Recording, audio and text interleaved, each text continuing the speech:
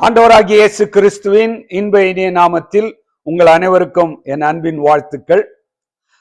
The Bible and the science என்ற தலைப்பின் கீழ் 5வது பதிவாக இந்த பரிசுத்த வேதாகமத்தின் சரித்திரத்தை உங்களோடு கூட ஒரு சில நிமிடங்கள் பகிர்ந்து கொள்ள ஆசைப்படுகிறேன்.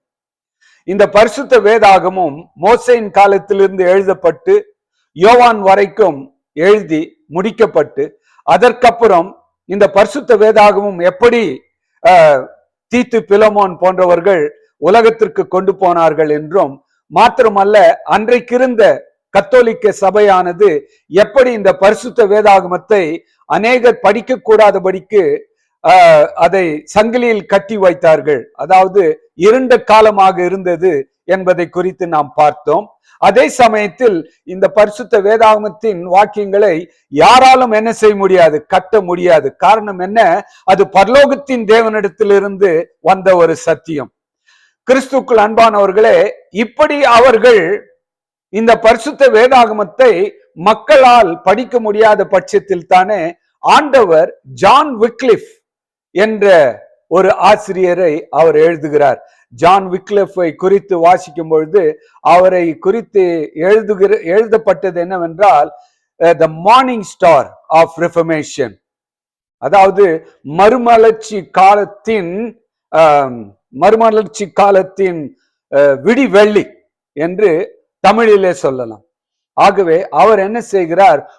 முதலாக போப் அரசரை எதிர்த்து இந்த வேதாகமத்தை ஆங்கிலத்தில் என்ன செய்கிறார்? மொழிபெயர்க்கிறார்.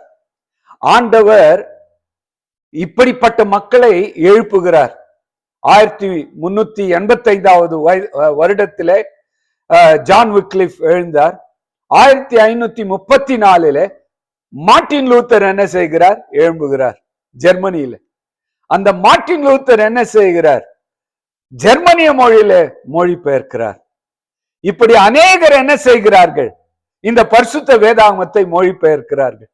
முக்கியமாக விஞ்ஞானம் முதலாக இந்த பூலோகத்துல வருகிறதை பார்க்கிறோம். அதற்காகத்தான் இந்த தலைப்பாக விவிலியமும் விஞ்ஞானமும் என்ற தலைப்பின் கீழே பேச ஆசிக்கிறேன். கிறிஸ்துக்கள் அன்பானவர்களே, the Bible and the science என்று சொல்லும் பொழுது ஆண்டவர் சொல்லியிருந்த அந்த தீர்க்க தரிசன வசனங்கள் நிறைவேற வேண்டும். கடைசி நாட்களிலே அறிவு பெருகி போகும். எப்பொழுது ஆரம்பிக்கிறது அது? நாம் யோசித்துக் கொள்ளுகிறோம் இப்பொழுது தான் என்று. ஆனால் கொஞ்சம் கொஞ்சமாக ஆண்டவர் என்ன செய்கிறார்? விதை போடுகிறது போல 15ஆம் நூற்றாண்டிலிருந்து ஆரம்பிக்கிறார். அதற்காகத்தான் வெளிப்படுத்தின விசேஷம் எழுதப்படும் பொழுது யோவானுக்கு ஆண்டவர் சொன்ன காரியம் என்ன? இந்த புஸ்தகத்தை நீ என்ன செய்ய வேண்டாம், மூடி மறைக்க வேண்டாம்.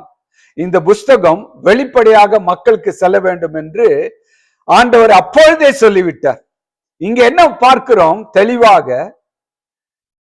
இந்த 15வது நூற்றாண்டில குட்டன்பர்க் என்ன செய்கிறார்? பிரிண்டிங் பிரஸ் கொண்டு வருகிறார். அது ஒரு விஞ்ஞானத்தின் ஒரு ஆரம்பம். அதுவரைக்கும் மக்கள் என்ன செய்தார்கள்? கையெழுத்து மூலமாக எழுதி மக்களுக்கு அனுப்பி கொண்டிருந்தார்கள். ஆனால் இப்பொழுது இந்த பிரிண்டிங் பிரஸ் வந்துவிட்டது. இந்த பிரிண்டிங் பிரஸ் வந்தவுடன் முதலாக அச்சில் ஏற்றப்பட்ட ஒரு புஸ்தகம் இந்த பரிசுத்த வேதாகம். இதை யாராலும் என்ன செய்ய முடியாது, மறுக்க முடியாது. சரித்திரத்தின் ஒரு ஆரம்பமாக, அதாவது மறுமலர்ச்சி சரித்திரத்தின் ஒரு ஆரம்பமாக இந்த பிரிண்டிங் பிரஸ் வருகிறதை நீங்கள் பார்க்கலாம். இன்றைக்கு கோடிக்கணக்கான புஸ்தகங்கள் இன்றைக்கு பிரிண்ட் செய்யப்படுகிறது. ஆனால் அன்றைக்கு முதலாக அச்சடிக்கப்பட்ட முதல் புஸ்தகம் பரிசுத்த வேதாகமும். அதாவது நீங்கள் சரித்திரத்தை வாசிக்கும் பொழுது ஜேம்ஸ் மன்னர் என்ன செய்கிறார்? தன்னுடைய வீட்டில் இருந்த ஒரு வேதாகமத்தை கூட கொடுத்து பிரிண்ட் செய்யும்படிக்காக அவர் மக்களை ஊக்குவிக்கிறதை நாம் பார்க்கிறோம். ஆகவே தான் கிங் ஜேம்ஸ் வெர்ஷன் என்ற அந்த புஸ்தகம், அந்த பரிசுத்த வேதாகமும் அநேகருக்கு இன்றைக்கும் கூட ஒரு நம்பிக்கைக்குரிய வேதாகமாக காணப்படுகிறது. அப்படிப்பட்ட ஒரு காலத்தில் தான் என்ன பார்க்கிறோம்? கத்தோலிக்க மார்க்கம் அநேகரை என்ன செய்கிறார்கள்? உபத்திரப்படுத்துகிறார்கள், துன்பப்படுத்துகிறார்கள். நீங்கள் 17வது நூற்றாண்டிலே பார்த்தீர்கள் என்றால் அந்த பிரெஞ்சு ரெவல்யூஷன் எல்லாம் வருகிறது. அந்த சமயத்திலே பரிசுத்த வேதாகமும் குவியல் குவியலாக குவிக்கப்பட்டு எரிக்கப்பட்டது. கிறிஸ்துக்கள் அன்பானவர்களே, அந்த காலத்திலே வால்டன்சஸ் என்ற மக்கள் வாழ்ந்தார்கள். அவர்கள் கடவுளை நேசித்த, அதிகமாக நேசித்த ஒரு மக்கள். அவர்கள் இந்த பரிசுத்த வேதாகமத்தின் வசனங்களை தங்களுடைய வஸ்திரங்களில எழுதி அநேக மக்களுக்கு, பட்டணங்களுக்கு சென்று அநேகருக்கு போதித்ததை நாம் பார்க்கிறோம். இவர்களை கத்தோலிக்க மார்க்கமானது என்ன செய்தது?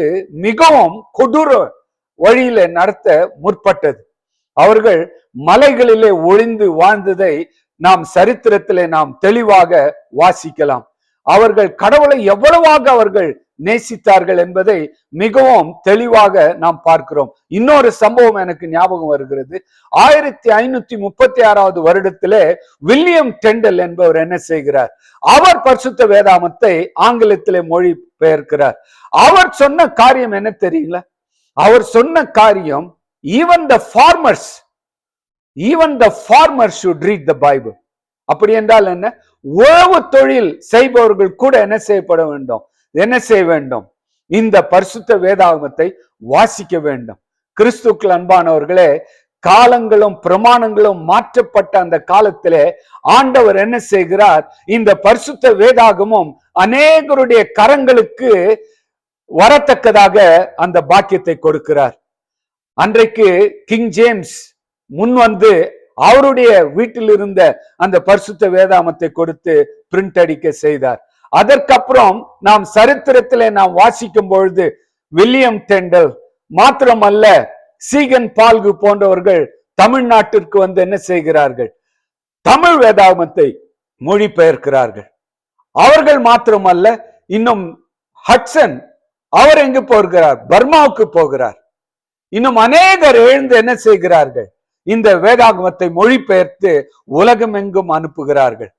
இந்த சரித்திரத்தை நாம் படிக்கும் பொழுது இன்றைக்கு பூலோகத்திலே இந்த பரிசுத்த வேதாகமும் அநேகருடைய கரத்தில் இருக்கிறது. காரணம் என்ன? ஆண்டவர் இந்த பரிசுத்த வேதாகமத்தை பாதுகாத்து அவருடைய பிள்ளைகள் சாத்தானுக்கு எதிர்த்து நிற்க வேண்டும் என்ற ஒரே ஒரு நோக்கத்தின் நிமித்தமாக இந்த பரிசுத்த வேதாகமும் நம்முடைய கரத்திலே இன்றைக்கு தவழ்ந்து கொண்டிருக்கிறது. கிறிஸ்துக்கள் அன்பானவர்களே, இந்த பரிசுத்த வேதாகமும் நம்முடைய கரத்திலே ஆண்டவர் இன்றைக்கு கொடுத்திருக்கிறார். ஆனால் இந்த காலத்துல இந்த பரிசுத்த வேதாகமத்தின் நிலைமை என்ன? அன்றைக்கு பரிசுத்த வேதாகமும் மக்களுக்கு வந்தால் போதும் என்று அந்த மறுமலர்ச்சியை கொண்டு வந்த அந்த பெரிய பெரிய ரிஃபார்மர்ஸ், அந்த பெரிய பெரிய மறுமலர்ச்சியாளர்கள் பாடுபட்டார்கள். ஆனால் இன்றைக்கு இந்த பரிசுத்த வேதாகமும் அநேகருடைய கரத்தில் இருந்தாலும் கூட அதை வாசிக்கிறார்களா என்பது பெரிய கேள்வியாக இருக்கிறது. கிறிஸ்துக்குள் அன்பானவர்களே, நான் உங்களிடத்திலே சொல்லிக் கொள்வது என்ன தெரியுமா? உங்களுடைய கரத்திலே வேதாகமம் இருக்கும் என்றால் நீங்கள் பாக்கியம் பெற்றவர்கள். பரிசுத்த வேதாகமத்திலே நாம் வாசிக்கும் பொழுது இயேசு கிறிஸ்து யோவான் 5:39 என்ன சொல்லுகிறார்? வேத வாக்கியங்களை ஆராய்ந்து பாருங்கள், அவைகளால் உங்களுக்கு நித்திய ஜீவன் உண்டு என்று எண்ணுகிறீர்களே, என்னை குறித்து சாட்சி கொடுப்பவைகள் அவைகளே. இந்த 66 புஸ்தகமும் இயேசு கிறிஸ்துவை குறித்து தான் சாட்சி கொடுக்கிறது. இன்றைக்கு இந்த பரிசுத்த வேதாகமத்தின் நிலைமை என்ன? வேதாகமம் பரிசுத்தமானதா என்ற கேள்வியை இன்றைக்கு அநேகர் தொடுத்திருக்கிறார்கள். அதை குறித்து வருகிற நாட்களிலே பார்ப்போம். கிறிஸ்துக்கள் அன்பானவர்களே, நான் உங்களிடத்திலே சொல்லிக்கொள்ள ஆசிப்பது, உலகம் 1000 கேள்விகள் கொண்டு வந்தாலும் இந்த வேதாகமத்தை வாசிக்காமல் நீங்கள் இருக்க வேண்டாம். மாத்திரமல்ல, அதன்படி நடக்காமல் இருக்க வேண்டாம். காரணம் என்ன? இந்த வேதாகமத்தில் தான் இயேசு கிறிஸ்து கடவுள் என்றும், அவர் நமக்காக மரித்து உயிர்த்தெழுந்தார் என்றும், அவர் பரலோகத்திற்கு சென்று மறுபடியுமாக நம்மை அழைத்து செல்ல வருகிறார் என்ற உன்னதமான அந்த அன்பின் செய்தி இருக்கிறது. அந்த செய்தியை நீங்கள் படியுங்கள், அநேக மக்களுக்கு அதை குறித்து சொல்லுங்கள். கிறிஸ்துக்குள் அன்பானவர்களே, இந்த வீடியோவை நீங்கள் சப்ஸ்கிரைப் செய்யுங்கள், ஷேர் செய்யுங்கள், லைக் செய்யுங்கள்.